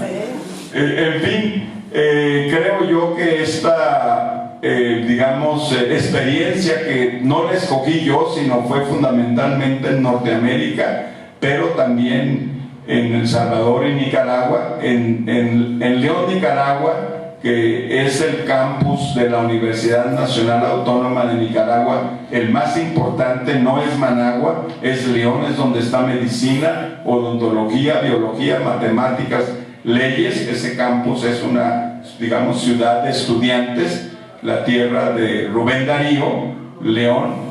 Estuve ahí a la edad de 30 años, todavía como académico de la UAM Xochimilco, y posteriormente ya cumplí 60 en San Salvador, en el 2012, que fue mi último año allá. Creo que los temas de las organizaciones, yo podría luego mandarte para tu página información de organismos de Naciones Unidas, que pues son muchísimos, ¿no? Desde la Organización Mundial de la Salud, que ahorita pues está con el coronavirus pues muy activa. En algún momento el doctor Julio Frei Mora, que fue fundador del Seguro Popular, que ya desapareció, fue aspirante a la Organización Mundial de la Salud. También Jaime Sepúlveda Amor fue aspirante a la Organización Panamericana de la Salud, que está en Washington. y que pues es para América Latina, la Organización de la Energía Atómica, que está en Viena, la Organización de Naciones Unidas para el Desarrollo Industrial, que también está en Viena, la FAO para la Alimentación y Agricultura, que está en Roma, la UNESCO, que está en París. Yo creo que son organismos que vale la pena la participación de México. Hay personas que consideran que pagamos demasiadas cuotas, porque se pagan cuotas como país del tamaño de México, pues que le toca, creo yo, cuando estaba Jorge Castañeda en Cancillería, para que se den una idea, en esa época se pagaban de cuotas como $100 millones al año por la pertenencia a todos los organismos de la ONU, y hay que ver otros organismos como la OEA, que es un organismo regional de la CIA. En el continente americano. O sea, hay diferentes rangos, no solamente de la ONU, y ahora se han formado grupos como el MICTA, de países que tienen algunas similitudes, así que el rubro de organizaciones internacionales en las cuales México participa son muchísimas. La Organización Internacional del Trabajo, que es muy importante, en Ginebra, ahí también está la Organización Mundial de la Salud, la OIT, pues México ha tenido una participación importante por todas las legislaciones laborales. Apenas acabamos de aprobar uno de los convenios para libertad sindical, ahí había quedado medio arrumbado por el tipo de sindicalismo en México, pero pues ya fue aprobado esa parte, y obviamente pues trabajo de mujer, de niños, en fin, son muchísimos estos organismos. Participamos también con una especial relación con la Unión Europea. Tenemos muchos tratados de libre comercio, se le dio mucho énfasis a partir del presidente Salinas, y pues firmamos tratados, entramos a la OCDE, que está en París, la Organización de Cooperación y Desarrollo Económico.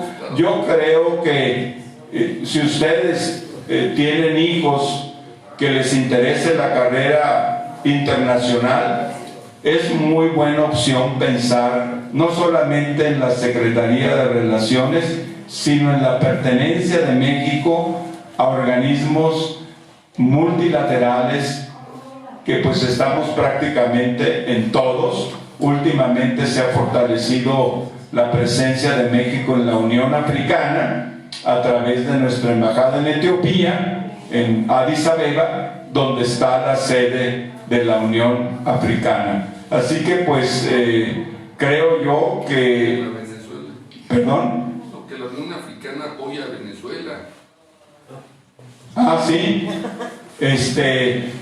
Es interesante ver pues cómo se mueven los diferentes organismos, y la idea es que saquemos el mayor provecho. Bueno, yo hablaba de los de México, de que está el instituto, o sea, todos los diferentes que son internos. Las organizaciones como la Comar para migrantes, y obviamente pues otros organismos autónomos, Comisión Nacional de Derechos Humanos, y cada estado de la República pues tiene también su Comisión Nacional de Derechos Humanos. Nosotros como fundación hemos hecho una alianza con el Parlamento Centroamericano, la Comisión de Asuntos Migratorios del Parlamento Centroamericano, también con la Casa de la Universidad de California, que está en Chimalistac, ahí cerca del Metrobús La Bombilla, por atrás del Monumento Obregón, que les recomiendo que estén atentos a los eventos, especialmente si hay algún vínculo con California. La universidad es muy pro migrante y pro mexicana, y la otra organización que tenemos alianza es la Fundación Friedrich Naumann de Alemania. Los alemanes tienen varias fundaciones, la Ebert, tienen buen dinero los alemanes, es de un país rico. y pues tienen una presencia, por ejemplo la Naumann, en 60 países, y tienen un lema de más puentes, menos muros. Rosa Luxemburgo. La Fundación Rosa Luxemburgo, la Heinrich Böll, la Konrad Adenauer. Entonces yo creo que, como comentaba un compañero aquí sobre la Unión Europea, nos hace falta pues estrechar más vínculos. Por ejemplo, España, a veces ahí ha habido un sentimiento cruzado, pero hay fundaciones interesantes que desarrollan pues temas de interés para México, la Fundación Carolina, y instituciones en Cataluña también, donde tenemos un consulado en Barcelona, además de la embajada en Madrid. Creo yo que pues hay países, Turquía es un país que se ha desarrollado mucho últimamente, también con tendencias autoritarias, y que tienen un buen nivel de desarrollo económico y social. En fin, estoy a sus órdenes. Me pueden seguir en América Sin Muros. Estamos en Twitter, estamos en Facebook, estamos en LinkedIn, estamos en Instagram, y yo, como Bernardo Méndez Lugo, también pues participo en las redes. Y si quieren alguno de ustedes estas reglas de oro que tengo para el pequeño empresario, el pequeño emprendedor, el turista, saqué las del turista porque me di cuenta, estando en consulados, de que hay gente que luego se le hace fácil, pues sí, que la calidad de turista ya no la respeta, y pues al rato le cancelan la visa y le ponen un veto de 10 años, ¿no? A un amigo mío que se estaba quedando ya jubilado, se estaba quedando como turista. A la tercer semestre, que pues se dieron cuenta en migración que pues ya estaba viviendo más tiempo allá, pues lo regresaron a México. Posteriormente logró arreglar y pues se convirtió en ciudadano, ¿no? Pero a nivel de turista, luego se hace fácil pues no cumplir las especificaciones, a veces por una necesidad de tener un empleo. Mucha gente fronteriza de Tijuana, de Juárez, de Nogales, va y trabaja sin tener permiso de trabajo, va y viene todos los días. En fin, son situaciones a veces más allá, ¿verdad?, de lo que se desearía de cumplir una normatividad, porque pues a veces la necesidad es mucho más grande para personas, particularmente los que viven en la región fronteriza. Yo les agradezco mucho.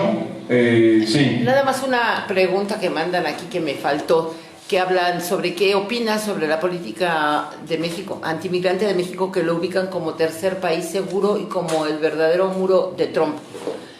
Ya más o menos lo tocaste. Sí, es un tema pues que a partir de la amenaza de mayo del año pasado, México cambió radicalmente la política. Yo diría que no solamente fue la amenaza, sino, como decía aquí el compañero hablando de migraciones internacionales, no solamente fue la amenaza, sino ya se estaba convirtiendo en un tema de ingobernabilidad y de molestia para muchas personas en las ciudades fronterizas. Es decir, también por un interés propio nacional, diría yo que también eso influyó, de no perder el control pues de las entradas en la frontera. En fin, es compleja este cambio de política, no es sencillo, hay mucha crítica. Ayer estuve en el informe de Médicos Sin Fronteras, muy crítico sobre este tema del trato a los transmigrantes de Centroamérica, Haití, de otros países, Cuba también, de países de África. En fin, es un tema de gran complejidad, la migración internacional, y creo yo que pues hay que estar muy atentos también en no caer en el mismo discurso de Trump sobre los mexicanos, porque ya aquí en México hay algunos que pues dicen, pues vienen ladrones, vienen criminales, exactamente lo que dice Trump sobre los mexicanos, y ya inclusive algunas autoridades hablan de que tenemos que controlar la frontera, que respeten nuestras leyes migratorias. Se repite el discurso de Trump, desafortunadamente. Es complejo, lo entiendo, no es sencillo, no es fácil el crear una política migratoria, pero pues estamos nosotros en América Sin Muros con la idea de una seguridad humana y que sea compatible con una seguridad de fronteras. Muchas gracias, por favor. Bueno, muchas gracias, Fernando. Mira, sabemos que el tema de migraciones es muy amplio, no se puede tocar todos los temas en una sola plática. Yo siento que esto fue como una especie de plática introductoria. Pues sí, la verdad, porque quedaron muchos temas que son por sí mismos un tema para discutir, como el de la política migratoria, el otro que los mismos migrantes compañeros que estaban hablando en el internet decían, como migrantes, ¿qué hacemos? ¿Cuál es nuestra postura? Alguien que haya sufrido la deportación, etcétera. Tenemos varias organizaciones también amigas que se juntan con nosotros para hablar de este tema. Está el tema también de lo que sería la parte de la reelección de Trump, todo ese discurso que está usando ahora nuevamente con fines electorales. Entonces, bueno, agradecemos mucho tu experiencia. Yo me referí un poco más al papel de los organismos nacionales, de lo que son la Secretaría de Relaciones Exteriores, la Secretaría dentro de... Todos tienen que atiende al área de migrantes. ¿Esos qué hacen? O sea, ¿cuál es la diferencia entre ellos y de qué manera realmente apoyan o no? Creo que eso te la vamos a pedir como las así como tienes tus 10 reglas de oro, nos mandes la lista de los espacios que se dedican por parte del sector público a la atención del sector de migrantes. Mucho gusto. Y la otra sería pues otras 10 reglas de oro o 10 puntos de oro donde los migrantes, una vez detenidos o una vez violados sus derechos, tanto por el gobierno, ya sea americano o de México o de cualquier país, a dónde y cómo pueden recurrir, ¿no? Yo creo que eso sería de gran ayuda para la gente que está en otros países. Y bueno, ¿y estudiaste en la UAM Xochimilco? Sí, Cuéntanos. Sí, soy economista, somos egresados de ahí, de la UAM Xochimilco, en la licenciatura. Entonces, ¿de economía? Ah, qué bien. ¿Qué generación eres? Tercera o cuarta generación. Ah, muy bien. Sí. Muy bien, les comento que de la UAM Xochimilco actualmente, acuérdense que en la era del PRI-PAN había mucha gente del ITAM. Ahorita el subsecretario de Educación Superior, Luciano Concheiro, es académico de la UAM Xochimilco. También el ex líder del 68, Guevara Niebla, Gilberto Guevara Niebla, que por cierto es de Culiacán, también ha sido funcionario y subsecretario ahí con Esteban Moctezuma. Está también la doctora Cristina Laurel, subsecretaria de Salud, Jorge Alcocer, el secretario de Salud del Instituto Nacional de Nutrición. No es de la UAM, pero está casado con una compañera médica de la UAM. Así que este gobierno pues es guamero. Qué bueno. O sea, porque hay una buena cantidad de compañeros en diferentes áreas de la administración pública, y pues tenía que llegar el momento también pues de una oportunidad para personas. El secretario de Hacienda, Arturo Herrera, es de UAM Iztapalapa, así que pues ha llegado una era de presencia de universidades públicas, y no solamente de la UNAM, porque la UNAM en los gobiernos neoliberales pues tuvo mucha presencia, así que pues también tengo el orgullo de haber trabajado 20 años en la UAM Xochimilco, y es embajador el compañero García de Alba, Carlos García de Alba, actualmente en Italia, que es egresado también de Economía de la UAM Xochimilco. Está también Luciano Grobet, tercera generación. Víctor Lichtinger, que bueno, estuvo en la época de Fox, son de la carrera de Economía. Hay de todo, ¿no? No recuerdes eso. Estuvo con Fox. Bueno, pues te damos muchas gracias, de verdad, que hayas venido y te hayas tomado el tiempo de estar aquí compartiendo con nosotros. Y los invitamos a que la próxima semana nos acompañen. Vamos a tratar el tema de pensiones y jubilaciones con 2 o 3 especialistas, pues para que vayamos haciendo una lista de todas las dudas que ahora se tienen con estas modificaciones. Sí, claro que sí, ojalá que también nos puedas acompañar, porque también ese tema yo creo que les compete mucho al área de los migrantes, ¿no?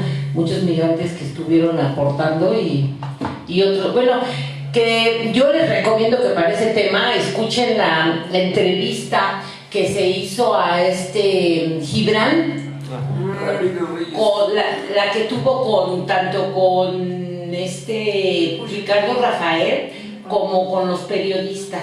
Me parece que es muy esclarecedora, e inclusive él dio un punto en el internet, que es la página de ellos, que es algo así como sí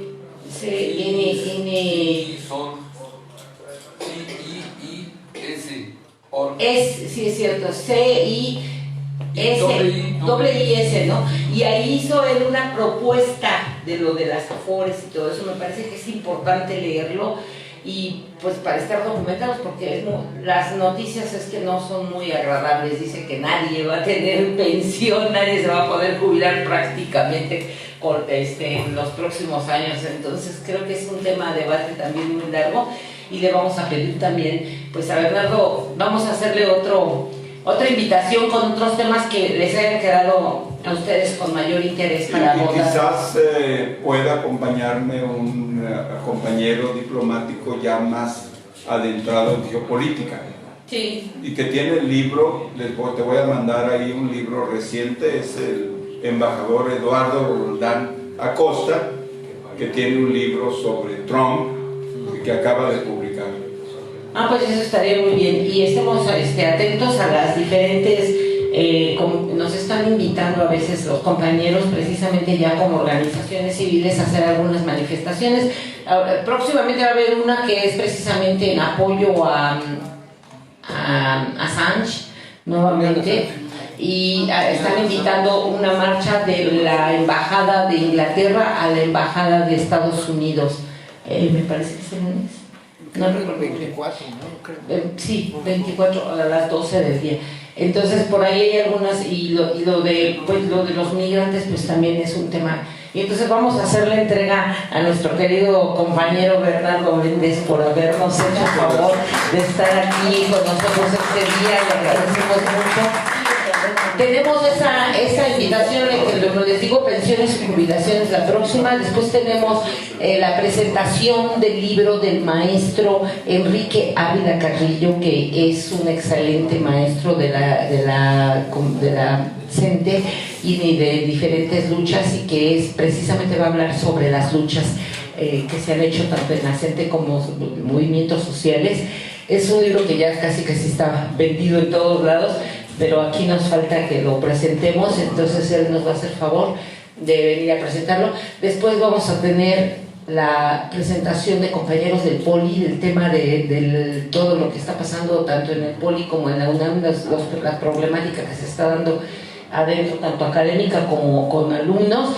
Y finalmente tendríamos la presentación del libro de Naredo, de Jorge Naredo, que se llama, se me olvida, que es el que hizo sobre Andrés Manuel. Lo va a presentar apenas en la Feria del Libro, entonces va a estar con nosotros. Entonces, para que más o menos tengan ahí una idea de las que tenemos programados, pero siempre surge algún tema de último que a veces nos hace que cambiemos nuestra programación.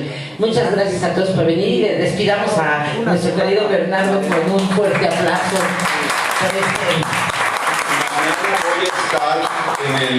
Hoy se inició el festival Liz y Luz, así se llama, L-I-Z y Luz Festival, Es un grupo de artistas, escritores, académicos, lo que llaman performers también, que viene de Chicago en alianza con diversas organizaciones. Son los días de hoy, empezaron, ahorita estaban empezando, ya no pude ir al inicio. Mañana estoy a las 12 en Casa Refugio Citlaltépetl, en Citlaltépetl 25 en la Condesa. No, es en la Roma, no, es dentro del parque Ramón López de Lara. No, no, es la Condesa. Donde está la fuente de Citlaltépetl, ahí está, es Casa Refugio, que por cierto es Gilberto Bosques, ahí hay una estatua de él, que salvó a mucha gente como cónsul de México en la Segunda Guerra Mundial. Y este festival va a estar en el Chopo, Museo del Chopo, en Citlaltépetl, ahí va a haber varias cosas, así que están cordialmente invitados. Te mando la invitación para que la difundas. Son 10 eventos que se van a dar hasta el sábado, que es la clausura. De nuevo, a partir de hoy empezó a las 7 ahí en Casa Citlaltépetl, pero hay varias sedes del evento. Liz y Luz. Liz y Luz Festival. Sí. Bueno, pues muchas gracias entonces y esperamos que nos la compartas todo eso. No se les olvide llevarse sus copias de las... No están todos, pero pues a los que no estén, las podemos... Ok. Gracias, nos vemos dentro de 8 días. Espero, me voy. Gracias. Una vez más. Miren, chicos, estas son las copias que nos trajo el maestro de historia. Los que no vinieron, pues claro, ustedes les pido de son 13 pesos con el maestro. Las que no vengan,